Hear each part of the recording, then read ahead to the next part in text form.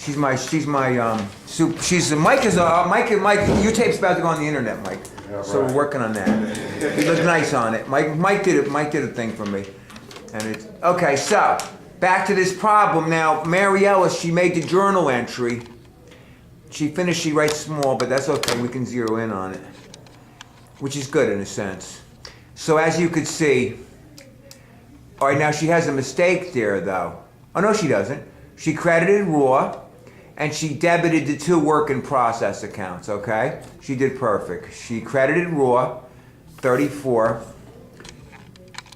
and then she did the other 2 accounts. Went to the work in process.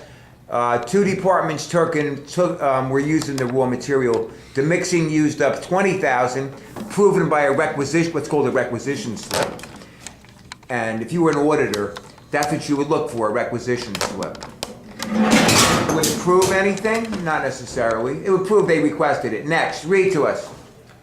Okay, so next thing is incur labor costs of $80,000. Okay, so what's going to happen is, you see FL, it doesn't say for what though.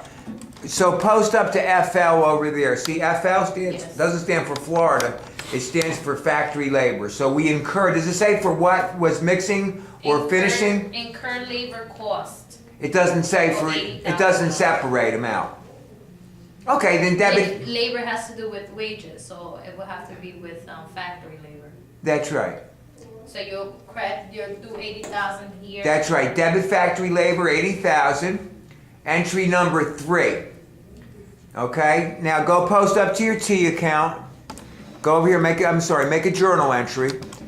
So what we're going to do is we're going to debit factory labor. FL, where she writes it out, which doesn't leave much space. Okay. And then we're going to. What do you think we should credit? Wages. How about cash?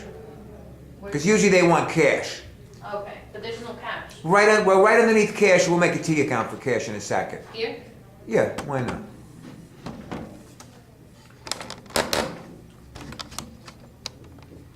She's gonna. What was the first word of the? She's making a little T account over there. Incur labor costs. Incurred, so you didn't pay.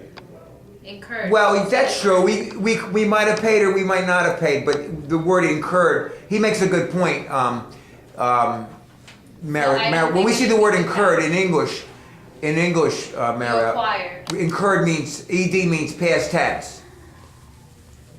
Now it could be cash or it could be payable, it could be either. Incurred means it happened. Okay. And revenues and expenses are verbs. So when we teach accounting 1, we emphasize that. So it could be cash, and usually, guess what? Factory labor, well, either way, put salaries payable. We could do that, put salaries payable there. You gotta put like SAL though, like SAL, something like that. That's why teachers don't like people to abbreviate, because they can't, you at least put some type of indication. SAL/P. Okay, where's the plus go? It goes on what side? No, she's, like I said, she it's a long story, but she didn't take accounting 1 for a while. So she's gonna go be on some of our other films maybe, and she's probably be a big movie star soon. All right, so go make our journal entry. So it's gonna be, so credit to fact, that's gonna be a credit over there. Credit is what? Derecha. Credit means, it should be here. credit is derecha. Derecha. What's derecha mean? But then that is incorrect, because you have to, it's a credit. What's factory labor, debit or credit? So then it should be a debit. That's a debit, so what's wrong with what's wrong with debits equal credit? Is that you got a problem with that? No. Does that trouble you? But then the plus is here, so it should be a negative there, that's what I'm trying to. Oh, what happened is this, Mary Ellis, when I first explained it to you earlier, assets increase on the left side. Assets equal liabilities plus owner's equity. Remember you told me it's inverse on the right side of the equal sign? Mm-hmm. Remember you told me that? Mm-hmm. It is inverse. So that's why you see the payables increase on the right side. You see the plus on the right side? Yeah. These are assets. Okay. Okay? That's why it is. Now go finish the journal entry. So she has to go back and learn something about accounting 1. So she'll hopefully be with us here at NJCampus.com for a while. Okay, so it's factory labor 80,000, and then you have your salaries payable 80,000. Correct. So she'll probably, now she will hopefully be a regular with us here at NJCampus.com. And she'll meet my partner, the famous Vince Vicari also. Okay, she does that, and she's gotta go, so let's go. I gotta go to Reed. Factory labor used, mixing department 48,000, finishing department 32,000. All right, how much was used of, oh, so read it again to us, nice and loud. What does it So say? it's factory labor used, it's, the mixing department is 48,000 and the finishing department is 32,000. All right, 48 and 32, guess what that equals? Work in progress. Guess what 42 and 30, what's it? 80,000. 80,000. So now we're gonna do, Mariellis, we're gonna move factory labor out of the, and what it, does it say anything about, read it to me again. All right. Factory labor used, mixing department 48,000, finishing department 32,000. Okay. Sometimes they move some of it, what happens, there's additional complexity. What happens sometimes, Morales and Mike, is that sometimes they'll say some of it is indirect labor, some of it is direct labor. I forgot to tell Mike a definition, which is, the definition of overhead happens to be anything except direct labor or raw material is overhead. For example, why do they call it overhead? Because it's what over our head. Usually the depreciation or the rent. Also, but guess what? Manager salaries is overhead. Security guards is overhead. Lubricants is overhead, okay? So by definition, anything except for, Anything not directly involved in the process of the manufacture of the goods? that's right. He says it good, doesn't he? Good thing I have him. All right, credit factory labor. He does say it beautifully. All right, so what we're gonna do is we're gonna eliminate factory labor. Remember I told you it's like a train station, and those accounts will be closed to zero. So we're gonna credit that account to make it zero. You're not leaving us, are you, Mike? Yeah, it's going Oh, to no. class. Well, who, Mr. Cox? Yeah. Oh, that's good. Get to interview some people today. Okay, I'm gonna see you at break time. All right. Okay.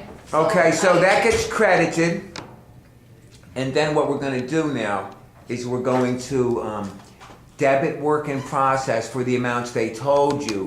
First for, the mixing was how much?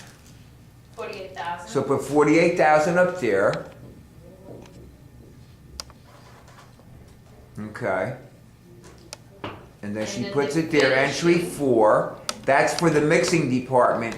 And then she's gonna go over to the work. Now we have a situation where we have a finishing department. And, okay, very good.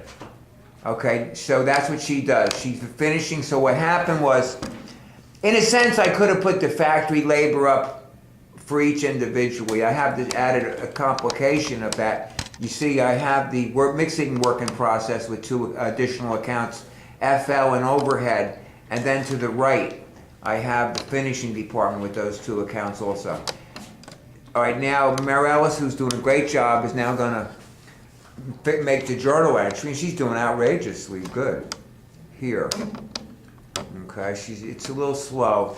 All right, so she debits the work in process mixing 48, and she debits the work in process finishing 32.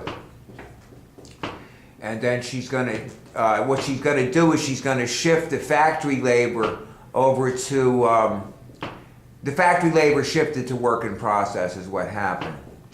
Now Mike had just left. He would have loved to have my next explanation, which I'm gonna go.